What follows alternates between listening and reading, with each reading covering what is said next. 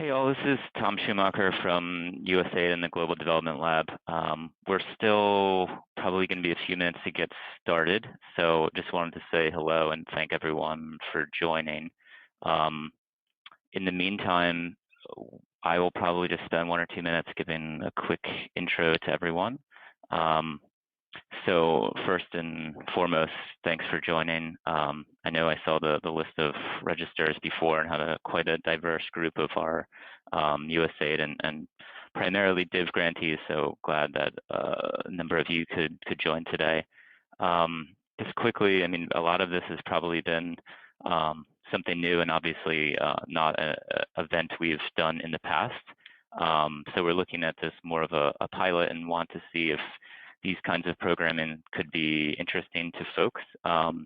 So we're very much open to more ideas, and particularly from our portfolio organizations. So I'm sure in DIV fashion, we will send you a follow-up of how this went, and if there's any other ideas. I think we put some on the initial registration as well, so we'll have to collate that and go forward.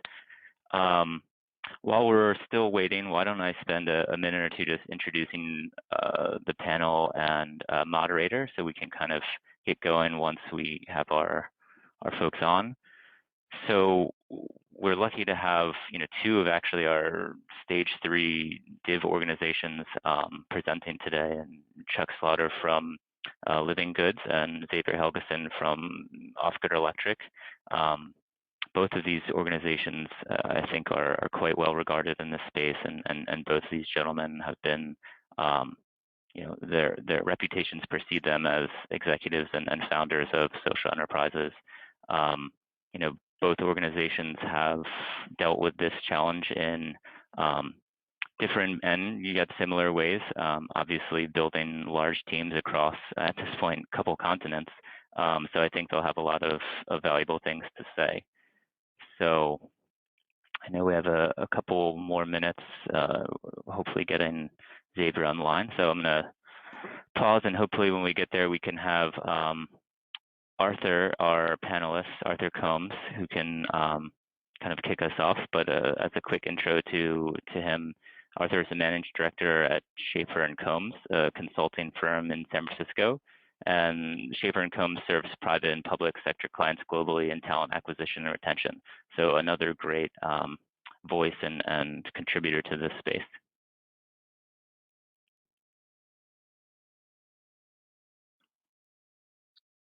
Thank you, Tom. Good morning, everybody. We are going to press on. This is Arthur Combs until Xavier overcomes his technical difficulties with Chuck Slaughter. If we could see the agenda briefly, please, on screen. We're waiting for that visual. I'll just go through it briefly. We're going to spend about 20 minutes in conversation with the panelists before we open this up to Q&A. It's a very simple agenda. Chuck, since we have you on, maybe we could start with you. Could you just give us 6 or 7 minute précis on your experiences, victories, defeats, greatest challenges, what's worked well, what hasn't, out in the field with Livengood, and maybe just a 30-second précis on Livengood before you leap into that. Sure. So for those of you who don't know about our organization, Livengood I founded just about a decade ago, and we work in the healthcare space, primarily in Africa, but also we have a partnership in Asia. And Livengood's reason for being is to reduce child mortality, improve results around stunting. And we support networks of community health entrepreneurs who go door to door. They do health education, and then they make a living selling high-impact health products like basic treatments for malaria and diarrhea, fortified foods, solar lights, clean cook stoves, and contraceptives. And we support about 6,000 of these entrepreneurs, serving a population of 5 million people, predominantly across Uganda and Kenya. That's who and where we are. And Livengood is my second startup. Before this, I was in the private sector. I started a company here in California called TravelSmith, which we grew from a dead start to about $150 million 200 staff, 2 million customers, serving every state in the union. And across those two enterprises have probably hired 500 people, give or take. It's been those two experiences have been a long learning journey about how you build teams that drive great, thriving, happy, productive enterprises. And you know, if I were to call out just a couple of sort of key learnings or key takeaways that have really guided me more and more over the years, I guess I'd point to these. First, and really at the very top of my list, and I'm sure for many of you this will be obvious, but I was always inspired by a quote by a guy named David Ogilvy, who was one of the early icons in the advertising world. And Ogilvy said, if you hire people smaller than yourself, you'll end up with a company of dwarves. If you hire people bigger than you, you'll end up with a company of giants. And when I've had the courage to hire somebody who was smarter than me about something, or more capable than me, or a better leader than me, almost always that's proved to be a terrific result. And there are two examples in particular, one at Travelsmith and then one more recently at Livengood, where that's been the case. And particularly true, I think, for many of you on the phone and for Xavier and I running organizations that are growing quickly. Because if somebody looks like they might be too big for a job today, if you're on a growth curve, they're going to catch up to it real quick. And, you know, part and parcel with hiring people bigger than you is you have to have the courage to give them both the responsibility, the accountability and the responsibility to do a bigger job. And the corollary to that from a money point of view is, you know, don't be penny-wise, pound foolish. You know, usually if you're debating between two candidates and one is, you know, even just moderately better than the other, but they cost you a little more money, and Arthur will be glad to hear me say this, I lean towards the more expensive candidate, because particularly for a key post, the value that they can create or destroy usually is many, many, many times the difference in compensation between two candidates. Another sort of very, very core learning is around understanding people's strengths and weaknesses when you're hiring them and when you're supporting and building their careers. And you know, my insight over the years is that people's weaknesses are almost always the flip side of their strengths and vice versa. You know, so if someone is really, you know, super creative, you know, chances are they may have a reverse, which is they may not be super organized or they may not be the best leader. And it's important to recognize that early on.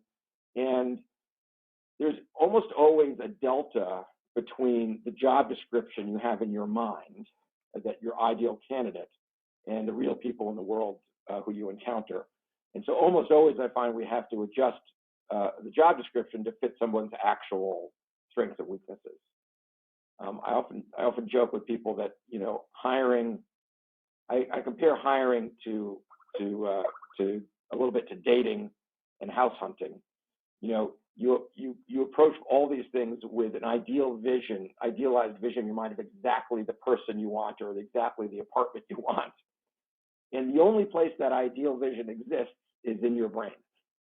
It doesn't exist in the real world. When you go out in the real world, you meet real people and real places. So you have to recognize that before you go into the interview, and look for, you know, the hidden strength that person could bring to your organization, and then be ready to adapt to make the best use of it.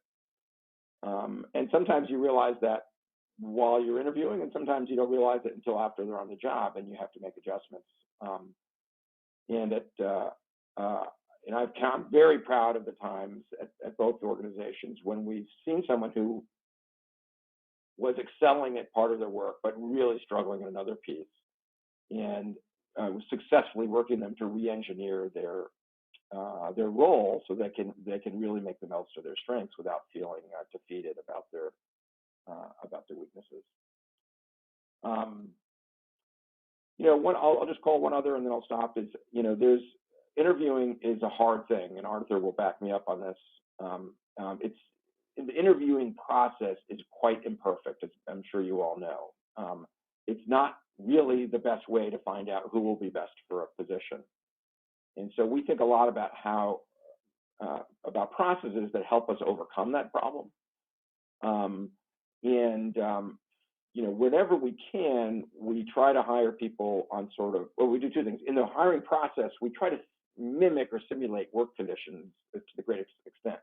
We give people assignments to do, and so we can see a little bit of the quality of their work product.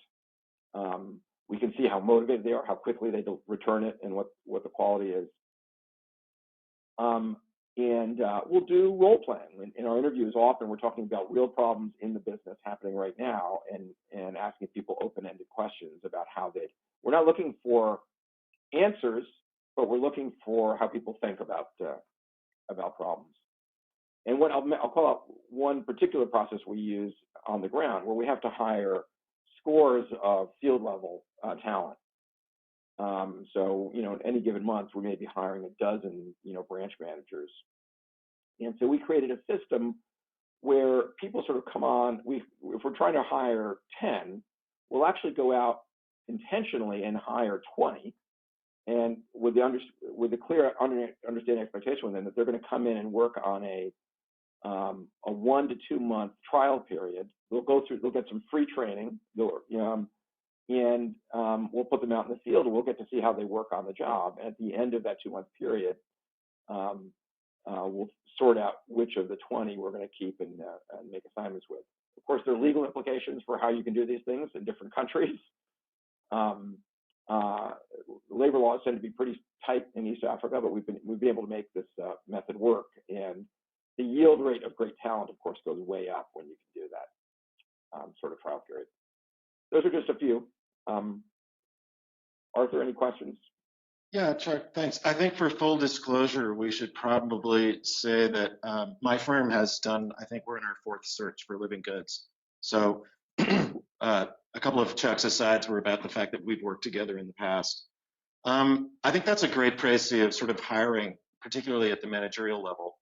We had quite a few questions that came in prior to this event, and there were a couple of themes. And one of the big themes was maintaining your performance culture across all of those disparate teams.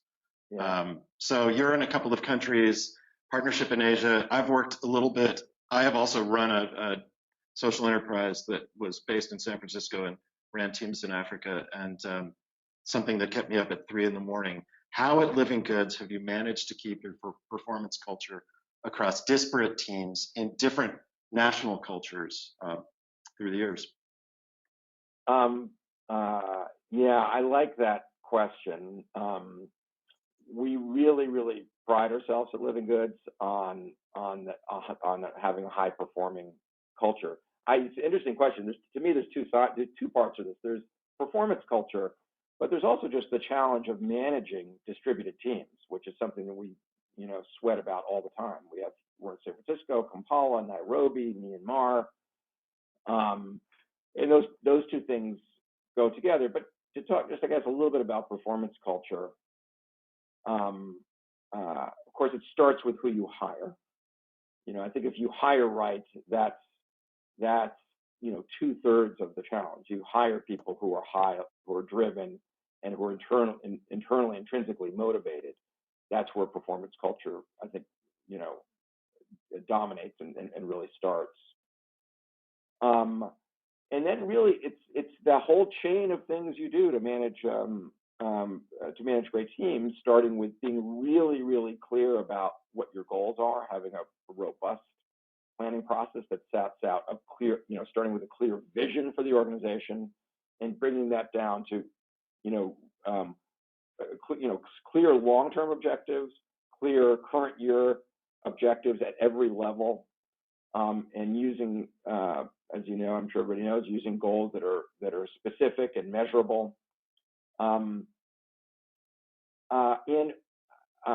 then making sure that you're holding people accountable for their piece of the greater puzzle.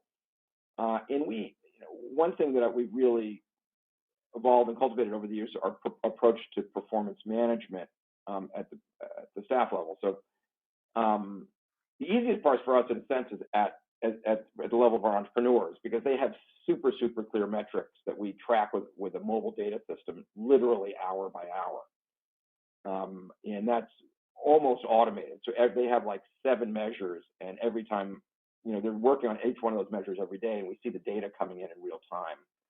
And that system, in a way, actually is an embodiment of the performance culture, because the biggest cohort of our team are working on super clear goals every day that everybody can see. But we, when it comes to like performance management, performance reviews, we do it a little bit differently. I don't like the word performance review, for one thing. We call them performance plans. We want people to be thinking about the future and what their goals and aspirations are and how they want to get better. And we like to say we use performance planning as a torch, not as a club. So we make it inspirational and motivational rather than punitive. And so 3/4 of our focus in that performance planning is, okay, what are your goals now, and what kind of support do you need from your manager, from the organization, to get there? Could I just ask then, Chuck, since I'm using the word performance culture really carefully, because the word culture, nobody likes corporate culture.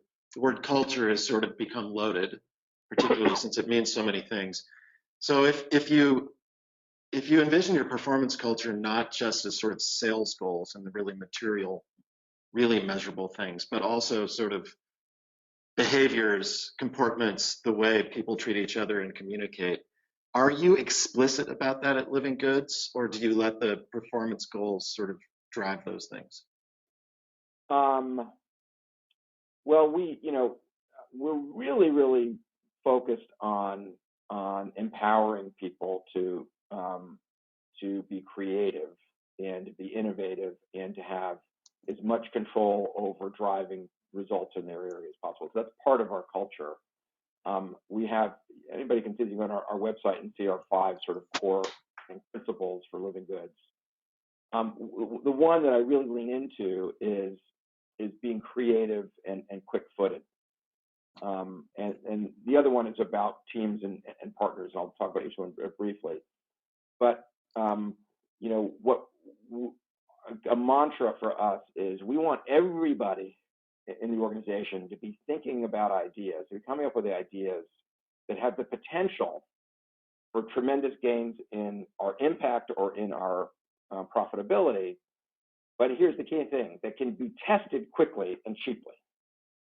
And that's, doing a lot of small experiments, I think, is the way you grope your way to big wins. And having a culture that allows people to do those experiments is very, very empowering. If you make them, by definition, if you make them small experiments that are cheap, you can empower a lot of people to do them, and that really gets people engaged and excited. And I think that's one of the reasons we've had a terrific retention rate at Livingoods. But so it helps the quote unquote performance culture, but it's really driving driving the business. So how much? Sorry, Chuck, go ahead. The other piece really is about teamwork and partnership. We have one of our 5 core beliefs is that we're after very, very big change in the world. We're not just about doing a few good things in a few places for a short period. And that means you can't accomplish anything of import, of magnitude alone, not alone within your organization or within your ecosystem. And so being great partners and teammates is at sort of at the top of our values in the organization. And so we look for people, we hire for people, we look for people, we cultivate people who work well with others, who, really basic, who are good listeners, and who support their teammates. And one thing I often sort of push on is that great leadership is not at all about who reports to you. Leadership isn't something that happens at 360 degrees. It's down, it's sideways, and it's upward. And distinction I would draw is between, positional leadership and personal leadership. Positional leadership is you do something because I tell you to. Personal leadership is you work with me because you're motivating to me, and I want to work with you, and so you're leading, by example, as it were. Hey, this is Xavier. Just wanted, Chuck, I've been on for a while. I just didn't want to interrupt you, so just wanted to let you know I'm here. Welcome, Xavier. We're going to shift straight to you. Hope you're ready. Absolutely. Xavier Helgesen here from Off Grid Electric. We started, Xavier, with Chuck giving us 6 or 7 minutes of the greatest sort of victories, defeats, lessons of the last however many years since you started Off Grid. You and I had a quick conversation about this, and I just wanted to note that I was astounded by the complexity of what you're trying to do, since you are working in finance, technology, hardware, software, sales, and distribution in 3 different countries and running the organization from San Francisco. I think you only have 5% of your workforce here, but this is a really, like Livengood's, an incredibly complex beast with a last mile solution. So with all of that challenge, how have you managed, and what's been difficult, if you would, in 6 or 7 minutes? That'll take at least double that time, but I'll be brief. So you and I talked about this at Off Grid. I think what makes it tricky, but also makes it a company that can solve a huge problem, is that we are building multiple businesses here in some way that work together. So we're building a consumer electronics design and engineering company, and we're also building an investment bank for what is essentially microfinance in some ways. So just stepping back, Off Grid's mission is to make energy affordable and accessible to everyone in Africa, and that requires getting the cost way down, and then still offering financing to our customers so they can get solar in the home and get the appliances they need to power today, not 3 years or 5 years in the future. And doing all this, I think, Chuck talked a lot about the last mile sales force, and I could talk a lot about our team there too. But just for a little diversity on this, I'll talk a little more about the management tier. So the people we have leading these various functions, as well as leading sales, service, and distribution in Africa. The biggest thing we've seen is you can't run African sales, service, and distribution from San Francisco, and you can't even run Rwandan sales, service, and distribution from Tanzania. You need to empower people. They need to have ownership, and the more we've given ownership on a more granular level, the more people have thrived. I think whether that's ownership of the product, whether that's ownership of a particular business line, or whether that's ownership of a country and its end result. And really the work has come on making it clearer and clearer, making the tools easier and easier to know, am I winning or am I losing as a manager of a country or a manager of a sales team? And everybody wants to do well. I've met very few people in the world who don't want to do well. And as many times, I think people fall down in their roles either because they're the right person for the company, but they're in the wrong role, or they're the right person in the right role, but they don't have suitable tools. And so they spend a lot of their time just trying to make the tools to do the job rather than doing the job. I think one thing that we worked a long time on, I think we finally got right, is who are the people who manage our country, sales, service, and distribution. Are they expats? Are they locals? Are they African people from other African countries than the one they're in? And I think the answer we've come to is, short story is it depends. The long story is there are certain really transferable skills around sales and marketing to a distributed customer base. That have to be learned by working within the company, or have to be brought into the company and adapted to it. So, running a mining business in Africa is so different from running a consumer business, not even remotely business. Someone who would be really successful in the mining industry in Africa may be a complete failure when it comes to building distribution channels to reach the kind of customers that we serve. And obviously, you need a diverse range of talent with all of the different business functions that you have. How are you sourcing that talent in the countries where you're working? So the funny thing about this is we thought the mission would appeal really well to the kind of Stanford educated high achieving people want to change the world kind of folks, and it does.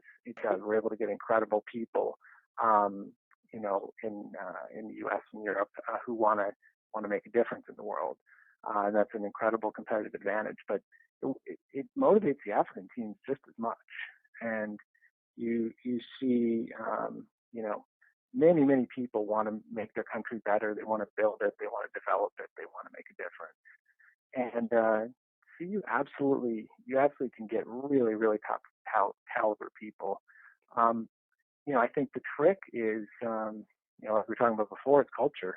You got to find people who've proven that they're entrepreneurial.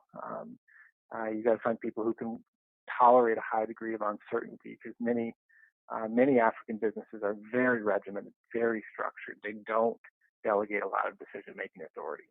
There's maybe one boss in the country, and they make every decision down to how many pencils do we buy. That's a really common organizational form. And so I think that's a really tricky bit, is finding people who are really comfortable in a learning, developing, growing culture. But once you find them, they're gold, and they can grow really, really fast. We're going to go straight to audience questions, which we've been collecting here for quite a bit, because Xavier, you keep touching on the questions, directly on the questions that we've had over the last couple of weeks. One just in. You're talking about empowering people, giving them ownership of the product and the processes where they're selling. Can you just talk about best practices, sort of structurally, not a sort of one-to-one, but how are you infusing the entire organization in that empowerment? And if I could add a nuance to it, how are you maintaining if I could say, cultural norms or practice norms for the organization as a whole while you're empowering people? How do you balance that? I'm a big fan of tools. So whenever I find a good tool, I tend to tell a lot of people about it. So I'll talk about a couple tools that we like to use. And so one is OKRs, which were popularized at Google. Now many tech companies use them.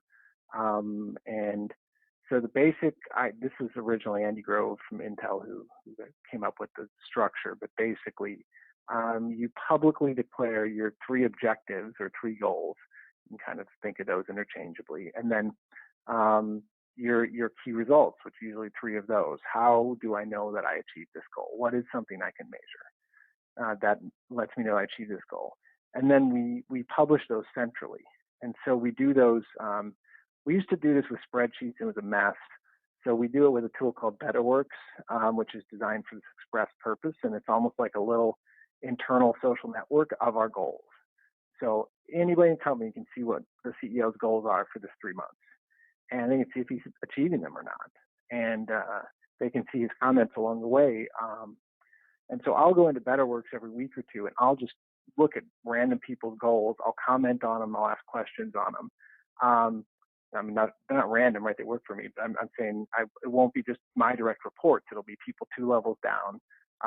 It'll be people working on specific projects that I'm interested in. And I may not know that their key result, and without having that in a public place, is this specific thing, without having a central repository for it. So that's, I think that's a really, really interesting tool.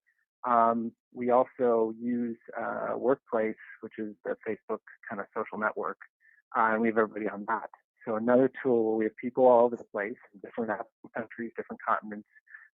We can all celebrate accomplishments, and so we make it really clear that we celebrate success as defined by certain metrics, and we celebrate subjective success too. But we really we want to count who is the top salesperson this week, how many points did they sell, what's the new product that we released in this market, and how is it doing as market share, and which country is performing above the plan this week.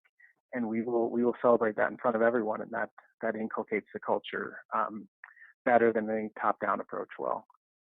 So I'm hearing a pattern between both of you that rather than expressing culture as sort of the usual statements of values and aspirations, you lean toward concrete goals and practical structures. I'm hearing that from both of you. I'd like to come back to that, but we have another terrific question from the audience, actually. This is for both of you. So Chuck, we're going to come over to you now. Smart bosses tend to micromanage everything. How do you balance between controlling things properly without going too much into operational procedures of employees? Chuck, could you grapple with that first? Yeah, so I like to use this a framework around managing people called situational leadership.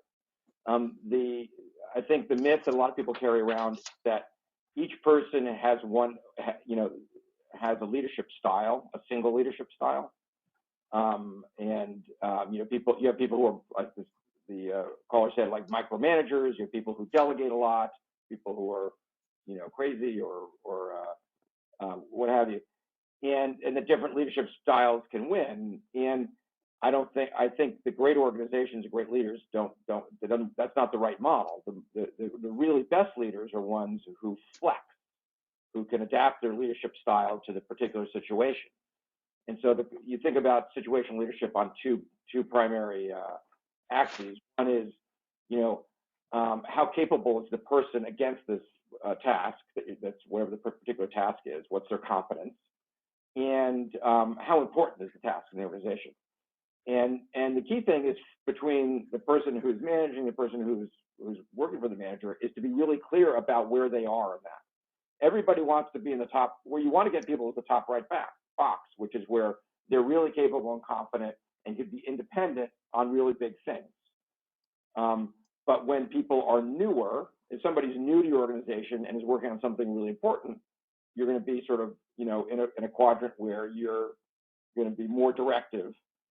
And over time, the goal is to get people to change your leadership style to be working more in a more supportive rather than directive role. So the key thing is to be very sensitive about where you are and have a strong alignment with the person that you're working with. And since this is impossible to do, obviously, from the Presidio in San Francisco, your country directors and deputy directors are empowered to make those sort of day-to-day situational leadership decisions. Is that correct? Oh, yeah. I mean, everybody. I mean, I think regardless of geography, I think that's a philosophy you have to have across every level of the organization. Xavier, could you wrestle with that question a little bit? This is the micromanagement question.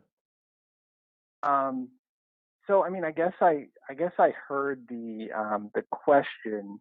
I maybe would challenge the premise a little bit. I heard smart bosses like to micromanage. I think really smart bosses know what's important. And so I think, really good bosses at any level know which detail really matters and which detail doesn't. But then really, really smart bosses still let the person below them make the decision, but they trust but verify on the important bits. And on the less important bits, because people are never going to learn. Nobody's ever going to learn anything if you just tell them what to do. As no human being learns that way. So the way you learn is you use your own intellect, you make your own decision, and then if it's important enough, it gets sanity checked with your boss, and eventually sanity checked with the CEO, and maybe sanity checked with the board, just depending on the magnitude of the decision. So I would just encourage anyone here who's in a management role, trust people and put your energy into verifying, not telling.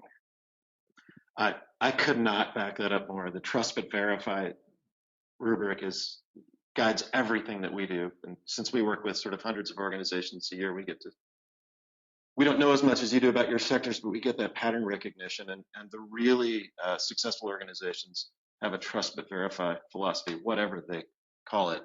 I'm going to move to another audience question here, and this one is near and dear to our hearts as talent recruiters and retainers. How do you attract stellar candidates for below market wage? Xavier, please. Well, I'm sure Chuck and I are both ninjas at this. I just want to say, it doesn't matter whether you're non-profit, for-profit.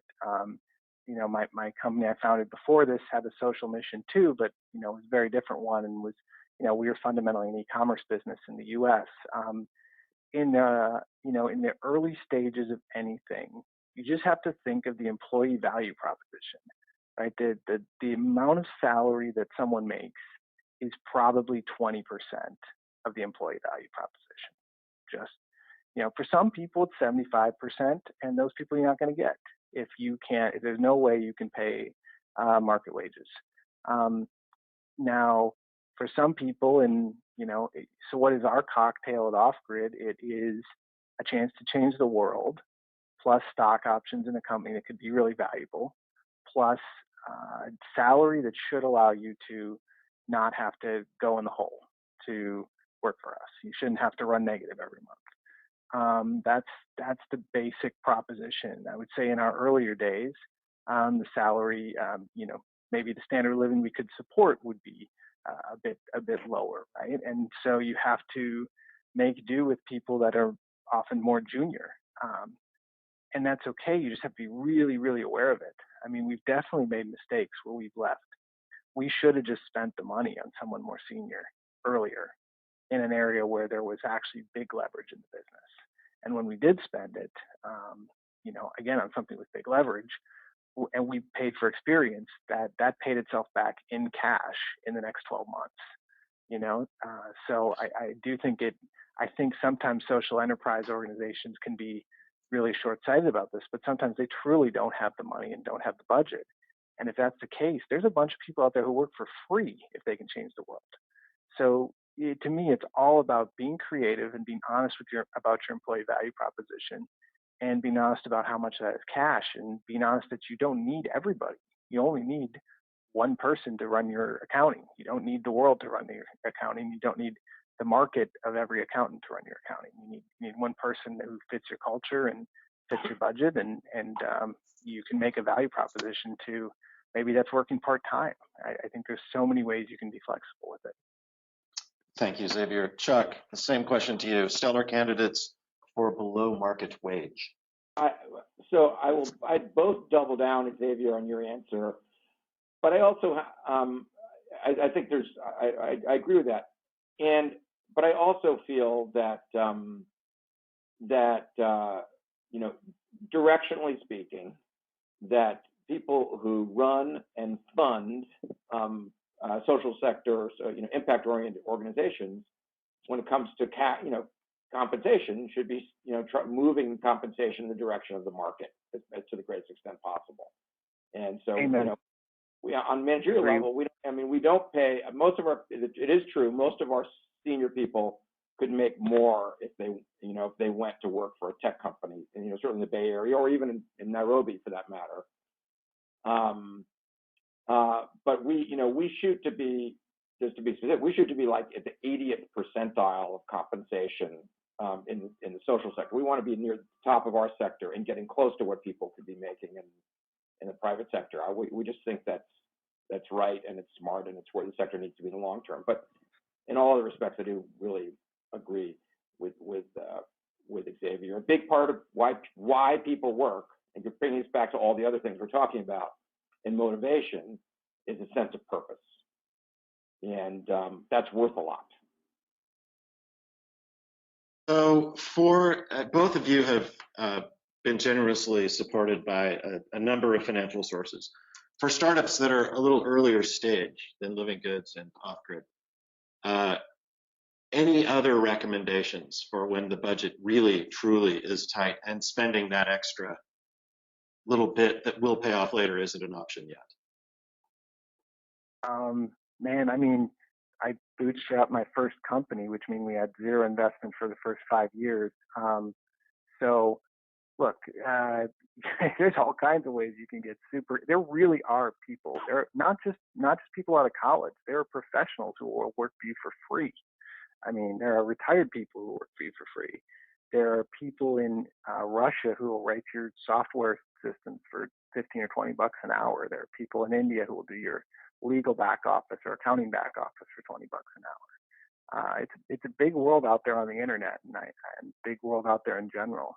And I don't think that most organizations are truly constrained by budget. I think they're constrained by their creativity and their ability to think flexibly about what do we need and what and where might someone in the world be willing to take that amount of money to do what we need. Stay-at-home moms, another amazing resource.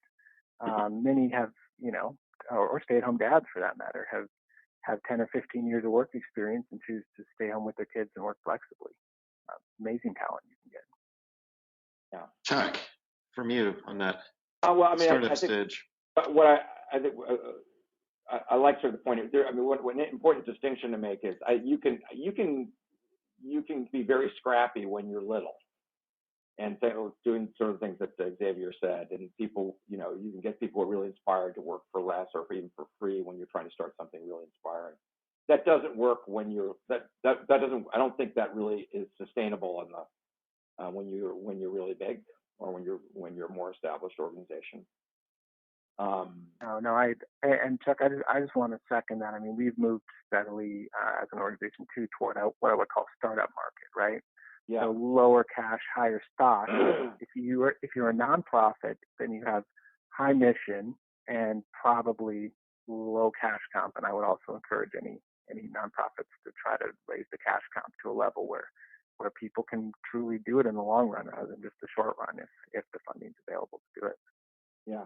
Well, I'll throw out one other thing, which is that we really try to think about what other benefits could really attract people that are part of their decision process. So, things like being more flexible about work hours. People put a high value on that, and that's not true at a lot of workplaces. And so that I can think of a number of our employees who are taking much less than they could take in the private sector, but we give them more flexibility about when and where they work. At TravelSmith, we had I like the idea of every organization having a signature benefit that's distinctive to their identity, their culture. And at TravelSmith, our signature benefit, which it has a cash cost, but not really in my view, was after 4 years, anybody in the organization earned a 6-week full paid sabbatical to do anything they wanted. And that was a real powerful motivator for a lot of people. 4 years is a pretty quick time period to earn a sabbatical. That's the kind of thing, it doesn't cost you anything today really, but it can be a differentiator in the marketplace. So we have about 10 minutes left in our Q&A here and a lot of questions rolling in. So I'm going to ask for 1 minute from each of you on the next few. I wanted to make one observation though on as you move from sort of startup to high growth company. This is my third startup, and one of the challenges we faced is as you can afford better talent, how do you gently roll out the original talent that you could afford? Can we get 30 to 40 seconds from each of you on that? Go ahead, Xavier, if you would. Sure. I'm going to sound like a little hard here, but you have to change quickly. When someone can no longer do the job they're being asked to do, you as much as you love them, you can't be political about it. You can't be you can't be tentative about it. By the time you realize it, it's almost certainly already too late, and their inexperience has already cost you a very substantial amount. And that's okay. It doesn't make them a bad person. So if they're a good employee and they're a good person, then they're going to have to get used to a new boss, and they may or may not like that, and they may eventually move out. If you can't avoid both roles, then you have to have a tough conversation, and you always have to be working for the sake of the organization, not for the sake of any one person or no matter how much you like them. Or right, including yourself. That's got to be your guiding, or your comfort, right? You actually have to be seeking discomfort for the sake of the organization to be a good CEO, I think. Chuck, 30 seconds on that. Double down. When you know somebody's not thriving in their job, you have to find them a different job or find them a different place to work as quickly as possible. Because it's not good for them, it's not good for the people around them. The longer you wait. The other thing I'd add to that is the typical problem is that fast-growing organizations promote people out of necessity into work that they can't do, and that's something really to be on guard for. People are good. What happens is people get really good at doing something, and people think, oh, they're really good at doing that thing, and they promote them to managing people who do that thing. And there's a big difference between being good at doing the thing and being a good manager. And some people are managers and some aren't. And there is, I pride ourselves on the cases where we found ways to keep people, in the company who are not getting promoted. That's a challenge. Who are good at doing the thing and finding other ways to motivate them and give them, make them feel successful. The next question is about innovation. There's a lot of struggle, I think, with how to motivate employees to be creative and to innovate, both processes and products, but within the boundaries that you'd like to set. So how do you motivate people to innovate? How do you set guardrails? And could you give a couple of examples? That has been a particular question here. Chuck, can we stay with you for a moment?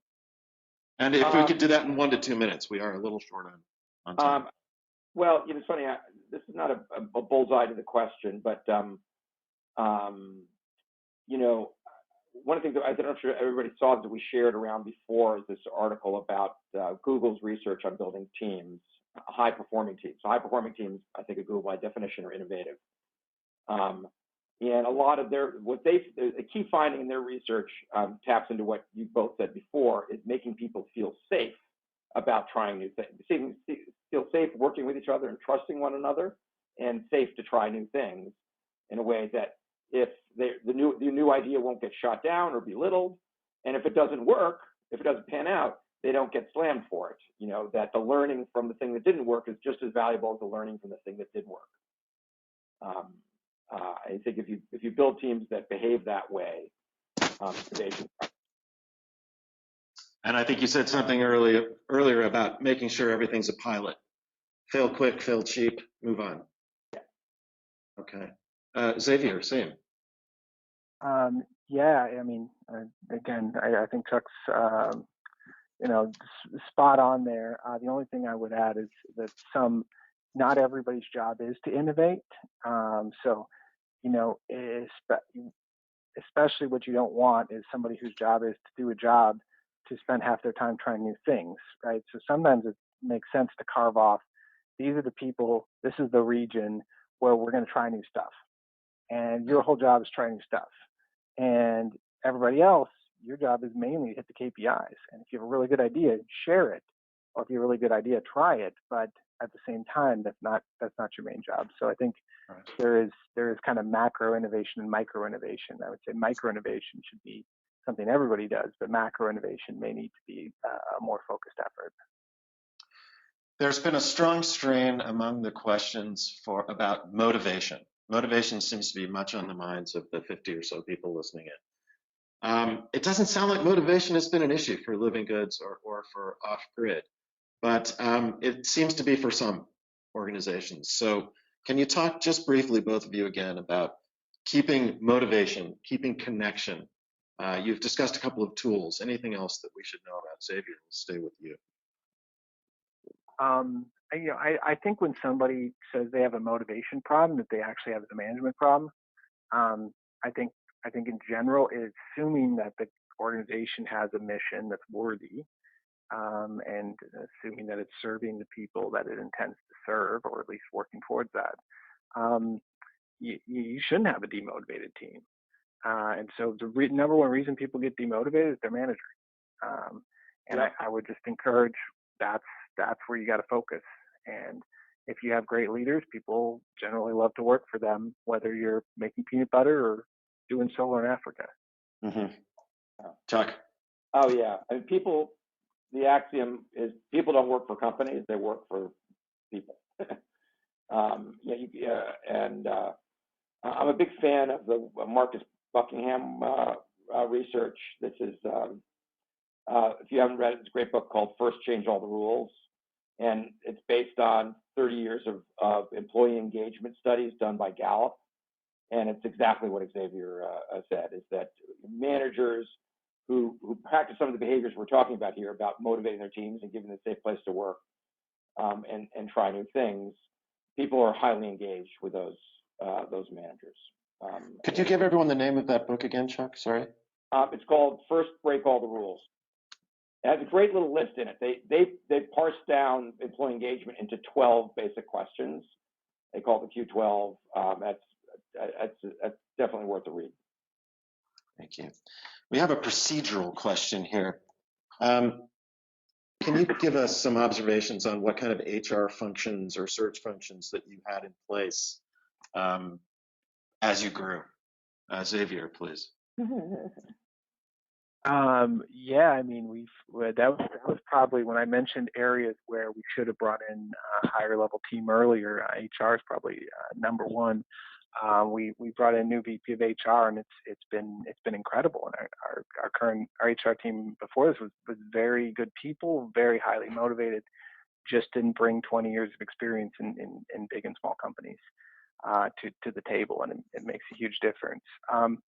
On recruitment, I mean, I always be recruiting. Like, I've recruited some of our absolutely most talented people through board members, personal networks, speaking at events. And I've also paid a boatload of money to a few recruiters and been very happy I did when I picked the right recruiter. So I think to the extent you can pay a paid recruiter, you may wince at the cost and then be incredibly grateful in the end that you paid a professional to do a job that is really hard sometimes, which is finding the most qualified person in the world for the job you're hiring for. Would you describe your internal HR functions as robust or skeletal or somewhere in between, Xavier? I think it's a little bit of a mishmash, honestly. I think we are building something extremely robust. If I'm honest about where we are today, I think some functions are actually really strong. We built an internal academy, for example.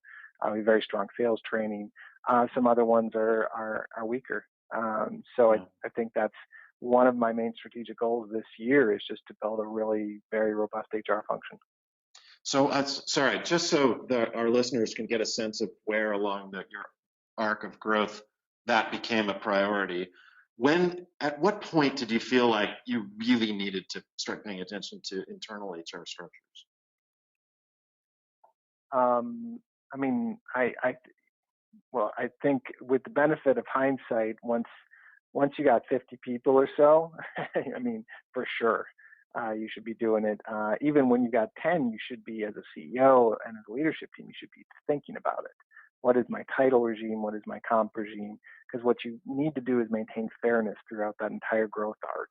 And you need to demonstrate what a director or a vice president or whatever tiers you have. It's going to regress to whoever's the crappiest director or the crappiest vice president is going to be the bar for that level. Right. You need to set the bar very high, right, to make sure that doesn't happen. Before we come over to you with the same question, Chuck, we've been given permission to go 5 minutes long for those of you who can stay, since we had some technical issues at the beginning, as per usual with these remote platforms. Chuck, same to you. HR thoughts. So my one nugget on recruiting, I like what Xavier said, which is like kind of always be in the market. I'll use my house hunting and dating analogy again.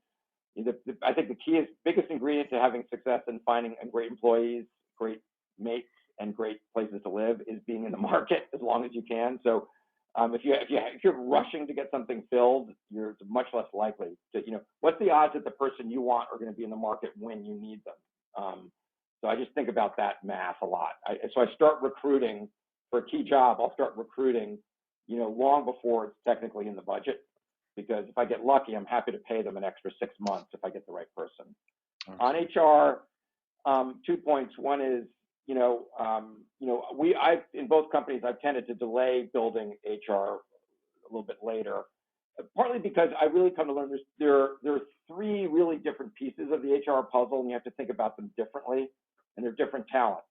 There's the administrative piece, making sure that you're complying with regulations and dealing with benefits and policies and doing all that. That's kind of rote, and that's absolutely necessary. You want to get that right early.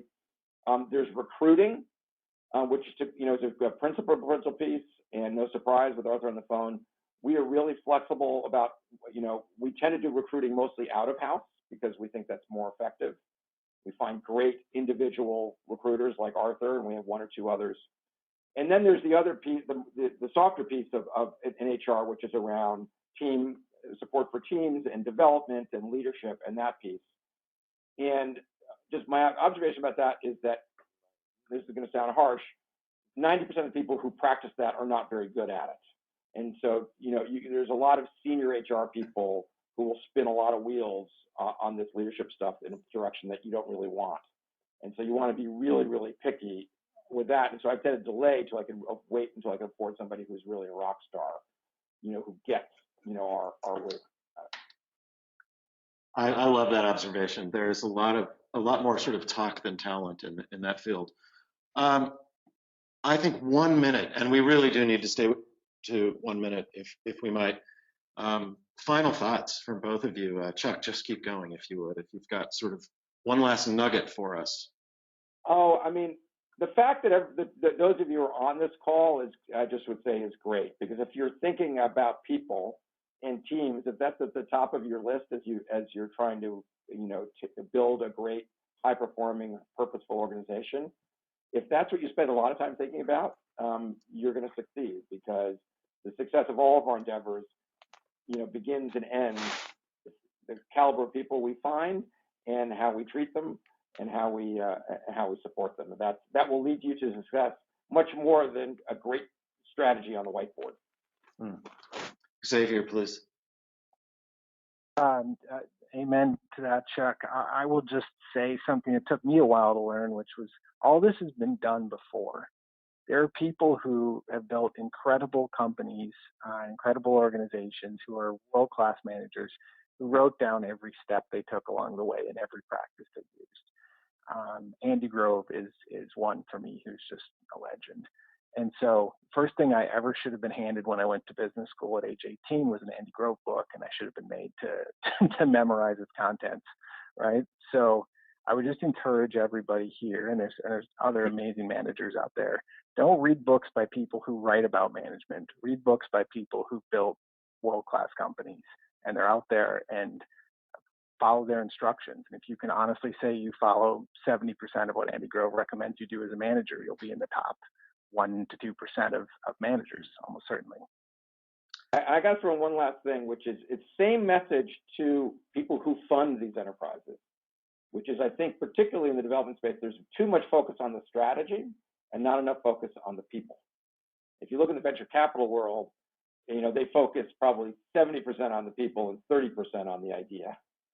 And because the people every organization gets inevitably, has to work their way through plan A, plan B, plan C. And it's the great team who's going to find that path. Thank you so much. I really enjoyed this last hour, and I learned a metric ton from both of you. So thank you, Chuck Slaughter and Xavier Helgesen. We're going to turn this over to, I believe, Anna or Tom from OnFrontiers and USAID Div. Anna, are you on with us? Or is it Tom? It's actually neither. It's Bishire from OnFrontiers. Thank you, Bishire. No worries. Hi, everyone. This is Bishire. I'm a research manager at OnFrontiers, and I just wanted to give a few quick thank yous before everyone logs off. On behalf of OnFrontiers, thank you to our moderator, Arthur Combs, and both of our panelists, Chuck Slaughter and Xavier Helgesen, for that stimulating discussion. I really wish we had more time, but we will be turning the recording of this webinar into a podcast, and we'll have a write-up of takeaways, and we'll circulate both to all of our attendees. So you'll have that. And if you have any questions for our panelists or speakers, any comments, feedback for us, we'd love to hear from you. My details are on the screen, but for anyone kind of dialing in, you can email me at BALHANAI at onfrontiers.com or hello@onfrontiers.com, and I or one of our team members will be responding to you. And you can also check out On Frontiers and what we do on our website, www.onfrontiers.com. And just a heads up that we'll be having our next webinar on April 6th, where we will be discussing building best sales practices targeting bottom of the pyramid consumers. And we'll be sharing more information on that in the coming weeks. But thank you all for your time and for your attention, and have a great rest of the day.